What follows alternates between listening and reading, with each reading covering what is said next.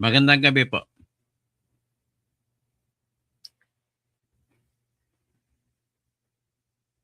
Pag-usapan natin ngayon yung anunsyo ni ng Ombudsman, anunsyo ni Boying Rimulya na magkakaso na siya laban kay Bong Revilla. So kung ano man ang anunsyo niya, edi pakinggan na lang natin, pero sinasabi nila na may nakakitaan la na merong malversation o di kaya plunder laban kay Bong Revilla. Is this true? Is this correct? Sa totoo lang, ang basihan nila dito walang iba kundi yung kaso na yung sinabi po ni Bernardo, Yusek Roberto Bernardo, na siya nag-deliver kay Bong Revilla ng pera up to 200 million.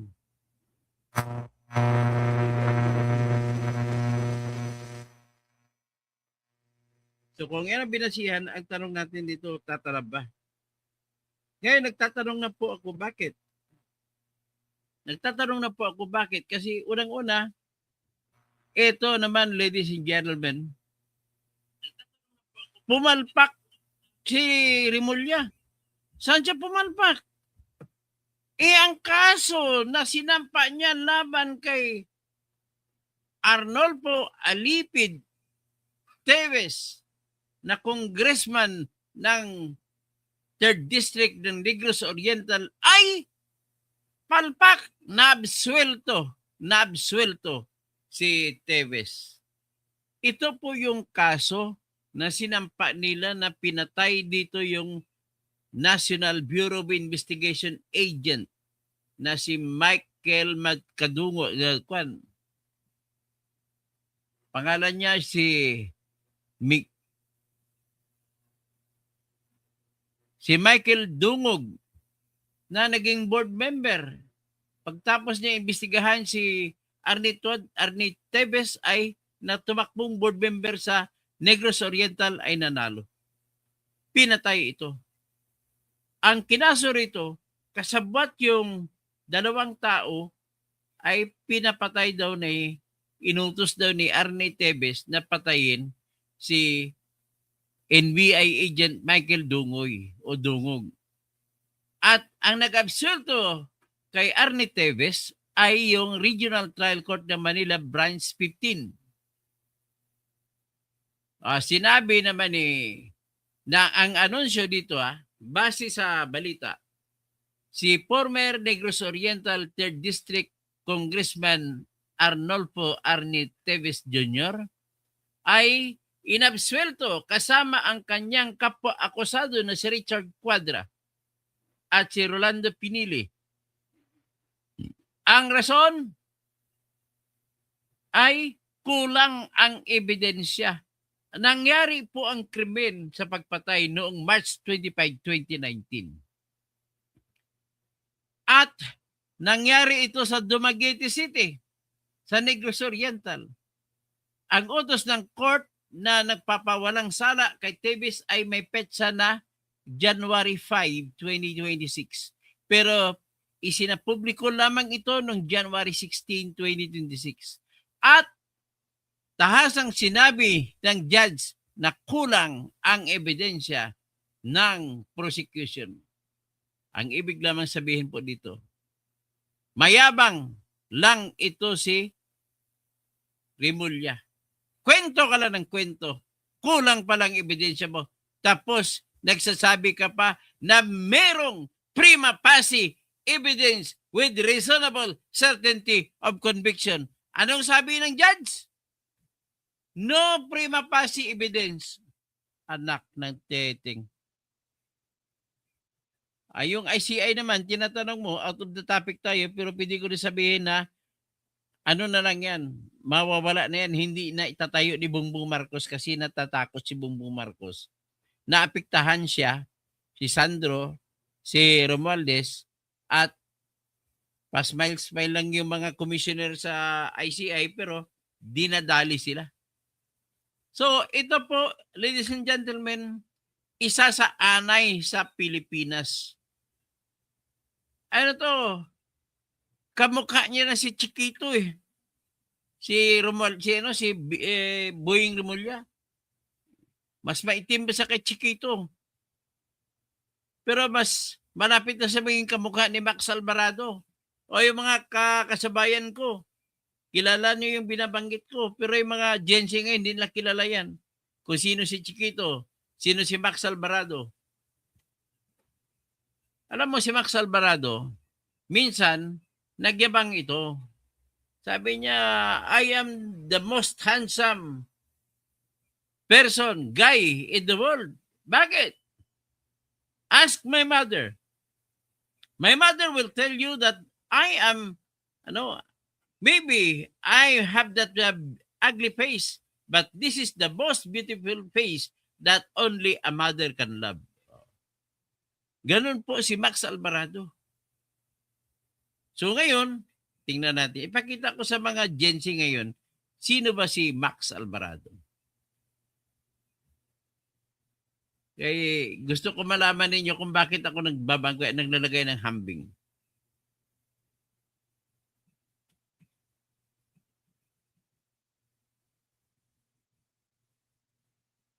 Tingnan ko yung image si Max Alvarado.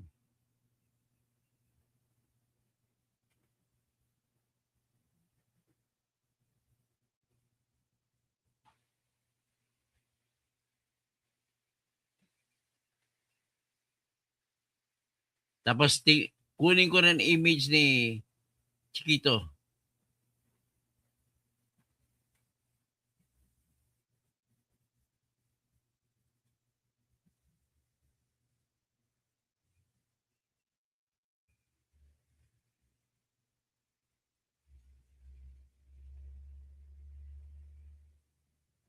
Hinahanap ko yung image ni Chiquito dito eh.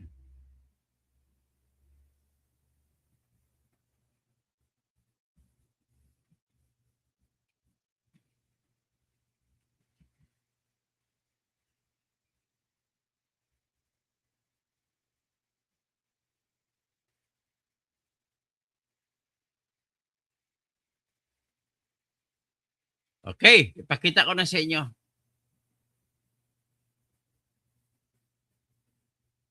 Tingnan nyo kung kamukha ba sila di ano? Kamukha ni Chiquito si ano? Si Remulla. Tingnan natin si Remulla.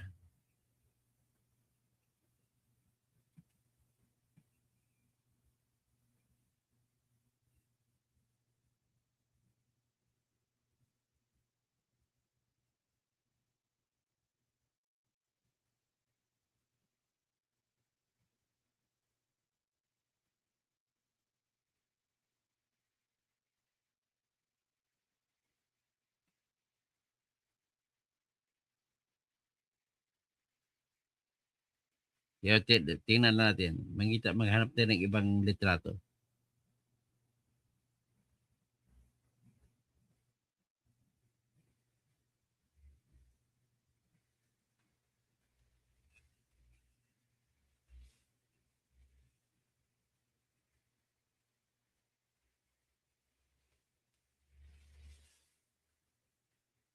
O yan, pakita natin.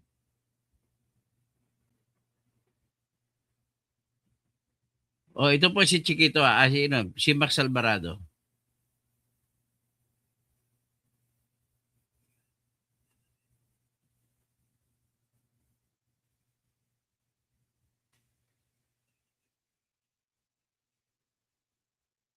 Ito si Max Alvarado. Yan. Yan ang mga number 1 na traidor sa pelikula nung araw. Tapos ito naman si Kwan. Ito naman si Chiquito.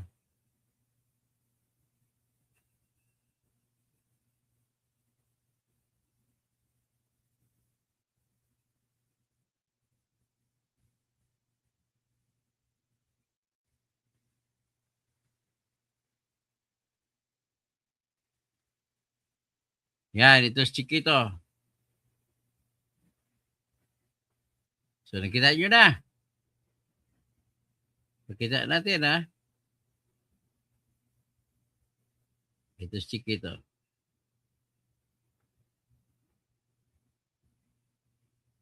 Yan, si Chiquito. Tapos ito naman si Rimulya. Pakita natin si Rimulya. May pakita ko siguro, katabi niyang kapatid niyang gwapo.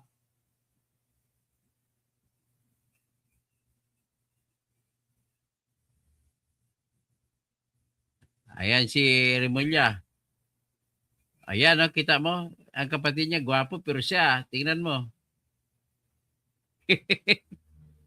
Ay, Rimulya.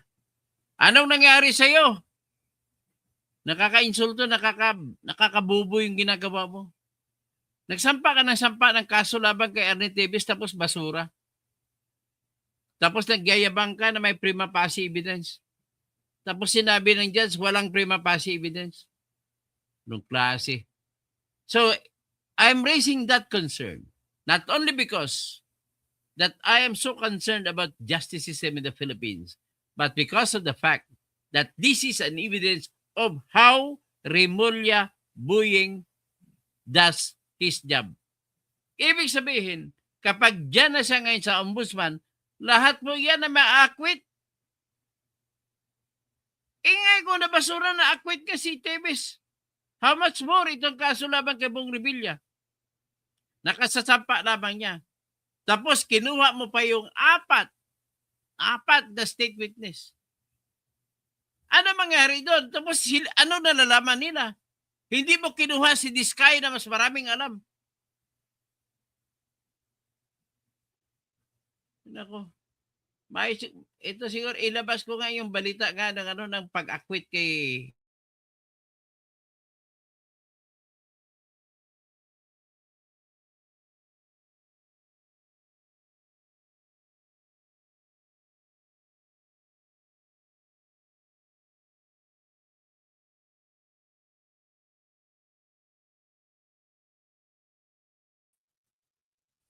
pasensya lang na naputo lang ano ko. So nakakahiya talaga to si Boying Remulla.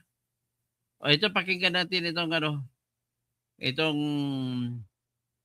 palabas ito yung balita ng Manila Times.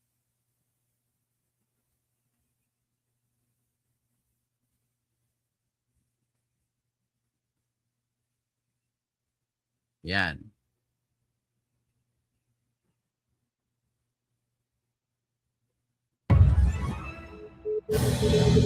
Former Negros Oriental Congressman Arnolfo Teves Jr. has been acquitted of murder charges in connection with the 2019 killing of a provincial official in Dumaguete City.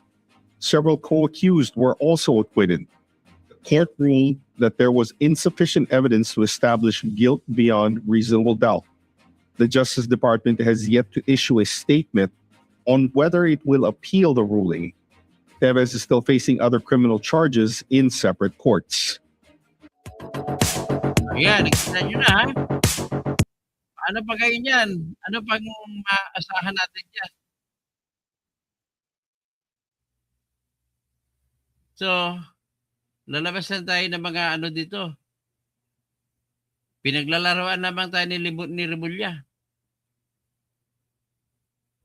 Tapos, ito naman, nagsampa na daw sila ng kaso laban kay Bong Revilla. Mauwi naman ito sa wala.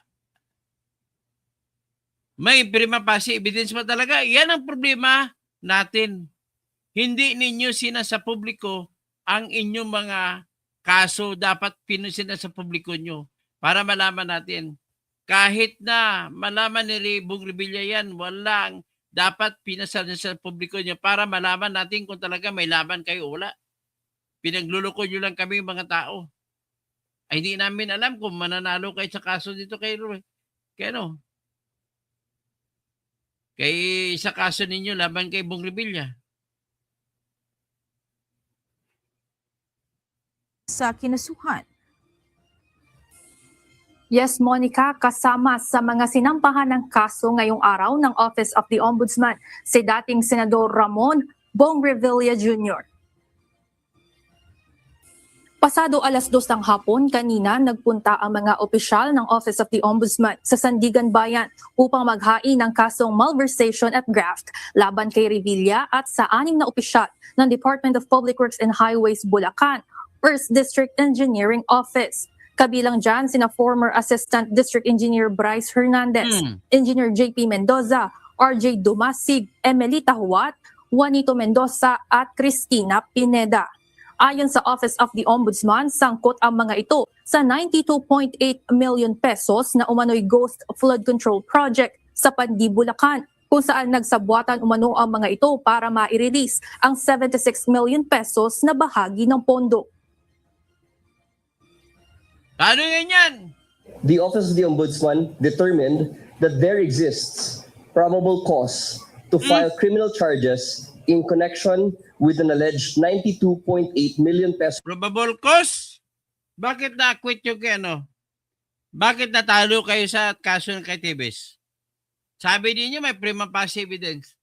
Wala palang ebidensya. ghost infrastructure project in Pandi, Bulacan.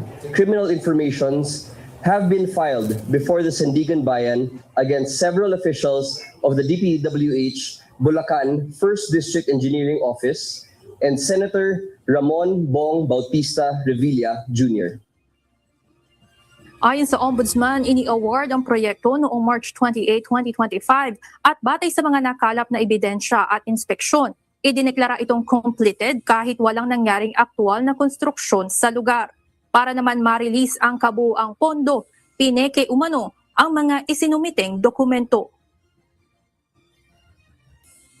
Thereafter, to facilitate the release of the entire project cost, the respondents are found to have falsified accomplishment reports, issued fraudulent billing documents, and endorsed disbursement vouchers.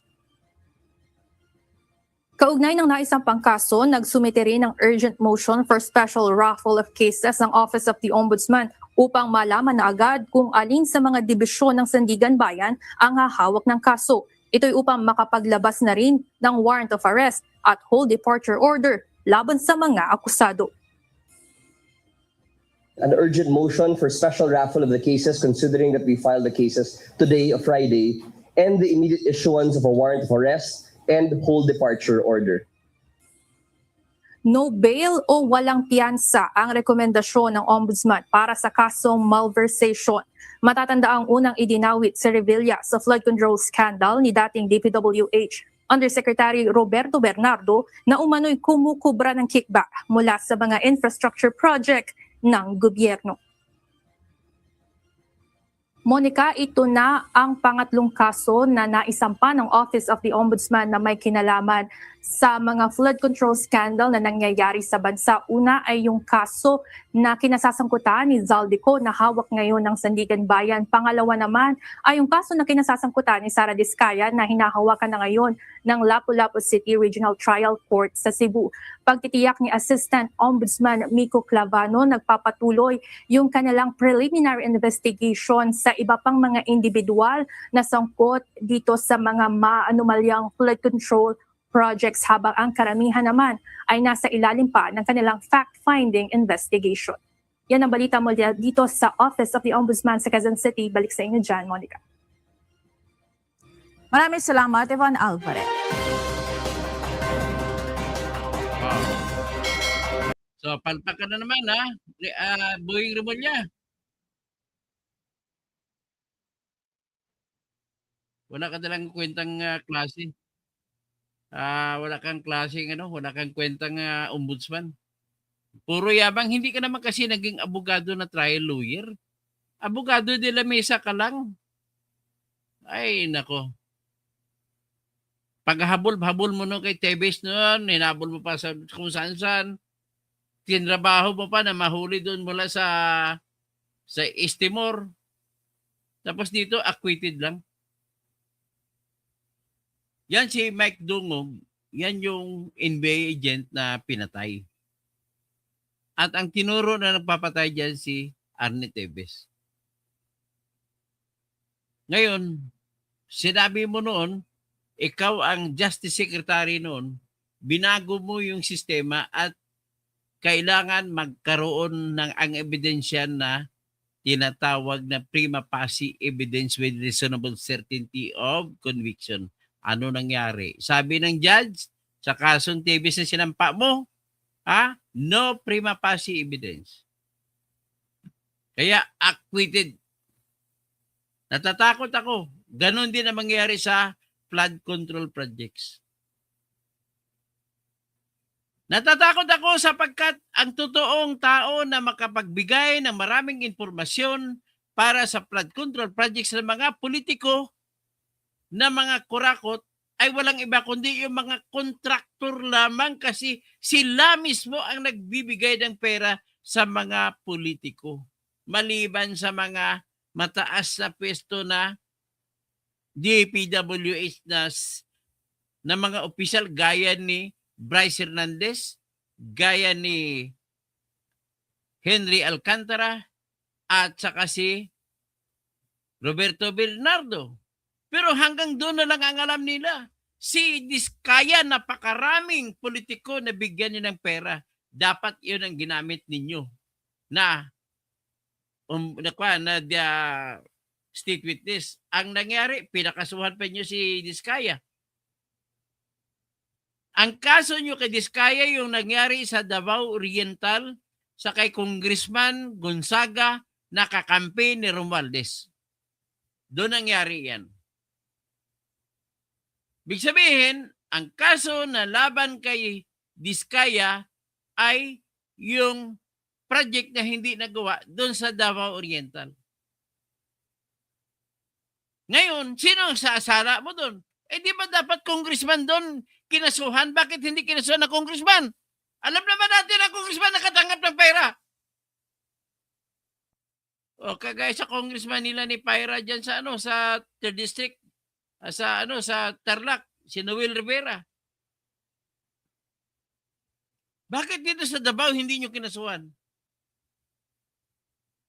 Ang kinasuhan nyo lang sa Davao, ang mga Davao Oriental, yung mga district engineers, mga opisyal sa district.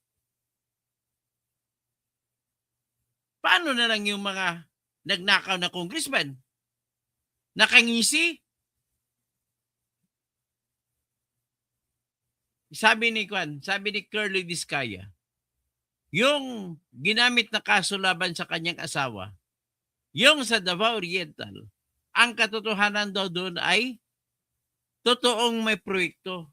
Mali ang grid coordinates na ginamit ni Vince Dizon. Tapos si Vince Dizon ngayon, may problema ka na ngayon, Vince Dizon. Dahil sa pagka-collapse ng Binaliw landfill, mabot na mga 36 na ang patay doon. Ikaw ang bibitayin dito kasama mong boss mo na si Rason, si Enrique Rason. Anong proyekto na sa Cebu sa landfill hindi maganda pagkagawa? Dapat ang landfill sa mababang lupa at medyo bulubundukin ang gilid. Ang ginawa niyo sa bundok niyo nilagay landfill. Di matitipag yun. Grabe. Bubo sila, di ba? Okay, thank you, Cheng. Pumunta kami na, pamisa pala kayo. Maraming salamat. So, naalala ko ito yung kapatid ko na namatay na si Yugi Marcial. Brad, Albert Ingito, sama ka attorney, kasuhan pero ma-quit, planado na yan. Delaying and diversionary. Tama. Meant to be dismissed ang kaso. Baka may binigay na pera si Tebes, Mr. Ombudsman. Si Bong Revilla, kababayan mo. Manamang gawan mo ng paraan na ma-acquit din ito. Wala ka talagang kadala-dala. Wala talagang kwenta maging ombudsman ang isang politiko. Mind you, from the very beginning, you do not possess.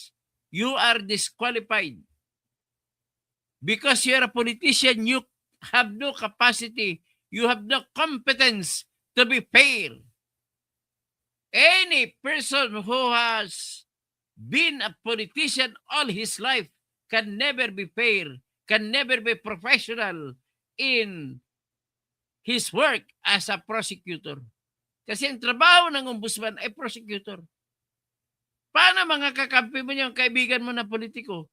Are you sure na you will really give the full throttle against them to prosecute them to the highest? Ang pruwiba ko sa iyo ngayon, sinampahan mo ng kaso si Tebes, pero bakit acquitted? Calculated ang mga ebidensya sinabmit nyo. Parang anak mo, kinasuhan ng drugs, acquitted. Parang ganun nangyari kay Tebes. Pera-pera kasi ang laban dito eh. Magandang gabi. Good evening, my apo. Si Cheska. Okay. So hanggang dito lang muna tayo. Brad Albert Ingeto. Good evening here in the Philippines. O yan. Ito na lang masasabi ko. Useless ang proposition natin. Pero pakinggan muna natin yung testigo nila ng tatlo. Palpak na naman ito. Ginawa niyo testigo, mas dapat ang ginawa niyong testigo ay kinuha niyo mga diskaya. Ang dami-dami. Paano na namang nangyari sa binanggit niya na mga nakatanggap ng pera sa diskaya? Wala na lang yon? Hindi niyo kinakasuhan? O yung interview kay pakinggan na interview kay Richard Padulyon. Witness protection program. And what we want to get clarity on, first of all, is whether these people, the 4 people, were admitted as state witnesses or were they just placed under the witness protection program. I'm talking about Roberto Bernardo, Henry Alcantara, Gerard Opulencia, and the contractor Sally Santos. When we say that they are already state witnesses under the program, it means that they are already covered and that they already have memorandums of agreement signed with the Secretary of Justice. So in which case, they are already considered as being dropped from the information that will be filed in relation to the cases where they are going to testify. So they are state witnesses. Yes. Okay. Yes, they are considered as state witnesses because they're called on to testify. That's part of the responsibility and the agreement po. Sir, Yeah. I don't wanna. I mean, I don't wanna go into semantics so much kasi it might become legalist lang eh. But kasi for the benefit of those who do the reporting, and we have to be accurate kasi. So are they technically already state witnesses, or are you recommending palang is DOJ recommending palang to the court to No, sir. discharge them as state witnesses? No, sir, Ed. Ganito po yan. There are 2 processes, there are 2 ways by which a witness can be discharged. One is yung sinasabi natin through the courts where they are first charged in the information, and then the prosecution will ask that they be discharged as state witnesses. Now, if they applied as for coverage under the witness protection program, where they promise to testify in the cases that are covered by the memorandum of agreement, and the WPP finds that their statements or the evidence that they're bringing forward are sufficient, are material, and can be corroborated, and that they're not the most guilty, they are going to be accepted as state witnesses, which means Kwento ka pa. Hindi nyo man sinunod. Ang importante dito, na ma-corner natin ang lahat ng politiko. The most important task of the day in our times is to get rid, to imprison all politicians. Kaya itong mga contractor, mga DPWH, hindi magnanakaw yan kung ang politiko ay hindi magnanakaw. Kaya mas gusto ko dapat sinama nyo si Diskaya. But anyway, I have a good advice. to the lawyers of Bong Revilla. Questionin ninyo yung pagiging state witness itong mga taong ito. And disprove to the court that they do not deserve to be state witnesses. At ikaw din, Diskaya, kung kakasuhan ka, you apply directly to the court to become a state witness. Ganun lang po. Hindi lang ako makapagtulong sa inyo bilang abogado kasi na-disbarred ako eh. Tanggalan ako ng lisensya. But anyway, that's a good advice for all of you. Hanggang dito na lang po at maraming salamat po. Just I'm asking you to help me by liking my live blogs. Para naman makatulong naman sa algorithm.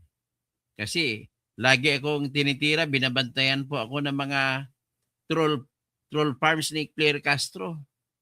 Tsaka ni Tambaluslos.